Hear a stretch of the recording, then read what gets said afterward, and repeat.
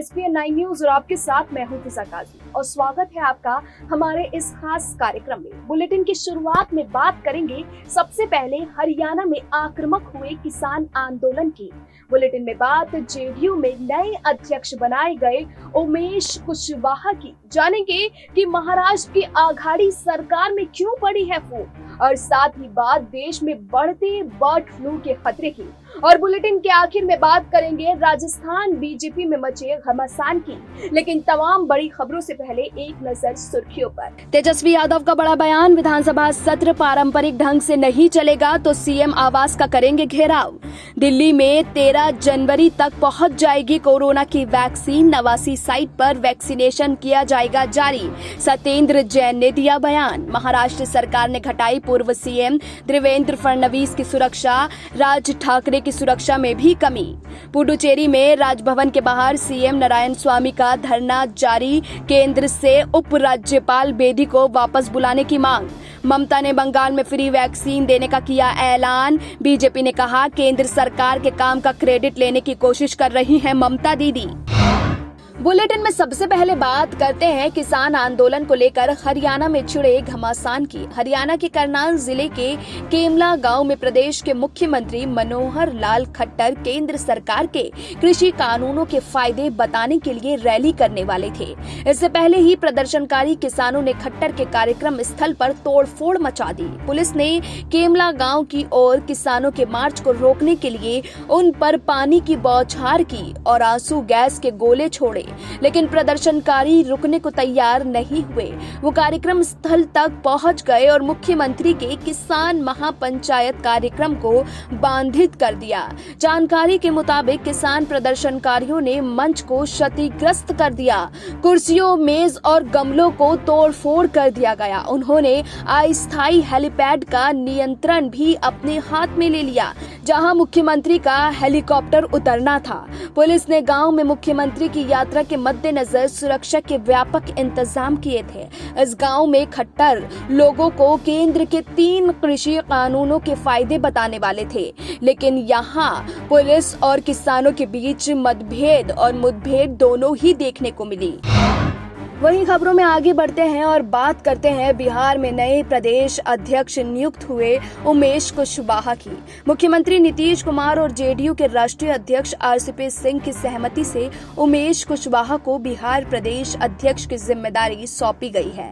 हाल ही में जेडीयू के बिहार प्रदेश अध्यक्ष वरिष्ठ नारायण सिंह ने इच्छा जाहिर की थी कि उन्हें जिम्मेदारी से मुक्त किया जाएगा।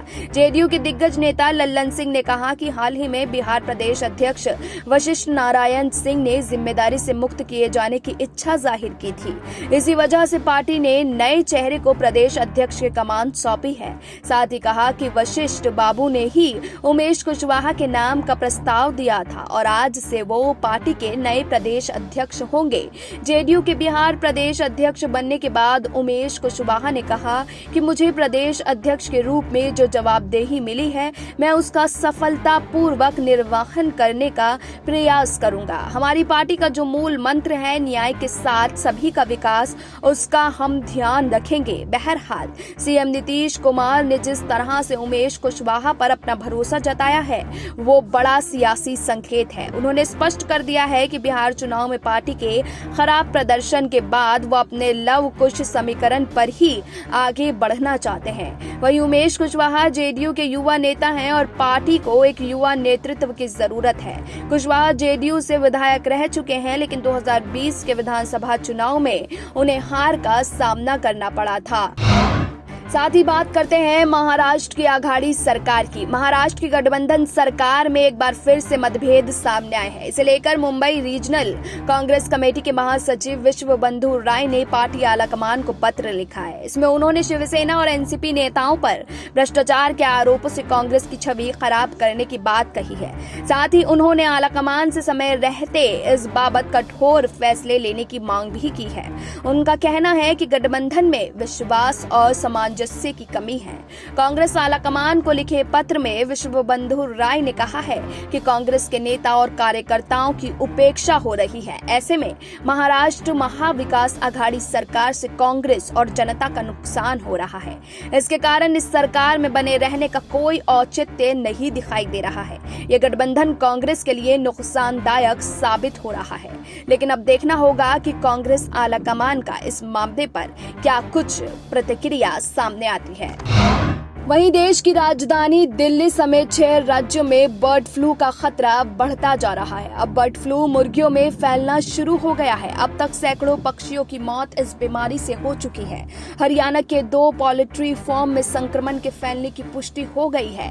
दिल्ली में अब तक 150 से ज्यादा पक्षी मृत पाए गए हैं। दिल्ली के गाजीपुर मुर्गा मंडी को 10 दिन के लिए बंद कर दिया गया है। वहीं 11 जिलों के लिए रैपिड रिस्पांस टीम बनाई गई है। हरियाणा में सैकड़ों मुर्गियों की मौत के बाद बर्ड फ्लू की पुष्टि की गई है। यूपी में जगह जगह बर्ड फ्लू के लिए छिड़काव शुरू हो गया है। केरल में बड़ी संख्या में मुर्गियों की मौत के बाद अलर्ट जारी कर दिया गया है। दिल्ली में भी बर्ड फ्लू का खतरा बढ़ता हुआ जा रहा है। जसोला पार्क में 26 कौवों की मौत हो गई है। 10 दिनों के लिए गाजीपुर मुर्गा मंडी को भी बंद कर दिया गया है। दिल्ली के लिए कुछ पार्क भी बंद हैं।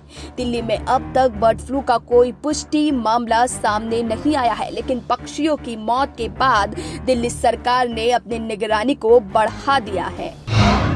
वहीं बुलेटिन के आखिर में बात करते हैं राजस्थान में बीजेपी की। राजस्थान में एक बार फिर पूर्व मुख्यमंत्री वसुंधरा राजे को लेकर घमासान मचा हुआ है। वसुंधरा राजे समर्थक और विरोधी आमने सामने हैं। वसुंधरा राजे समर्थकों ने एक दफा फिर बीजेपी से मांग की है कि वसुंधरा राजे को राजस्थान में बीजेपी का चेहरा बनाया जाए। राजे समर्थक और बीजेपी विधायक प्रताप सिंह सिंघवी ने दावा किया कि राजे ही राजस्थान में बीजेपी का लोकप्रिय चेहरा है।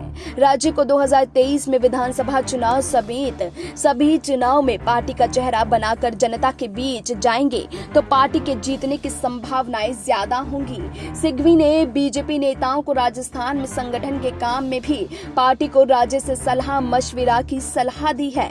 बीजेपी के प्रदेश अध्यक्ष सतीश पूनिया ने वसुंधरा राजे समर्थकों पर निशाना साधते हुए कहा कि पार्टी में सिर्फ एक ही चेहरा है, वो है प्रधानमंत्री नरेंद्र मोदी का।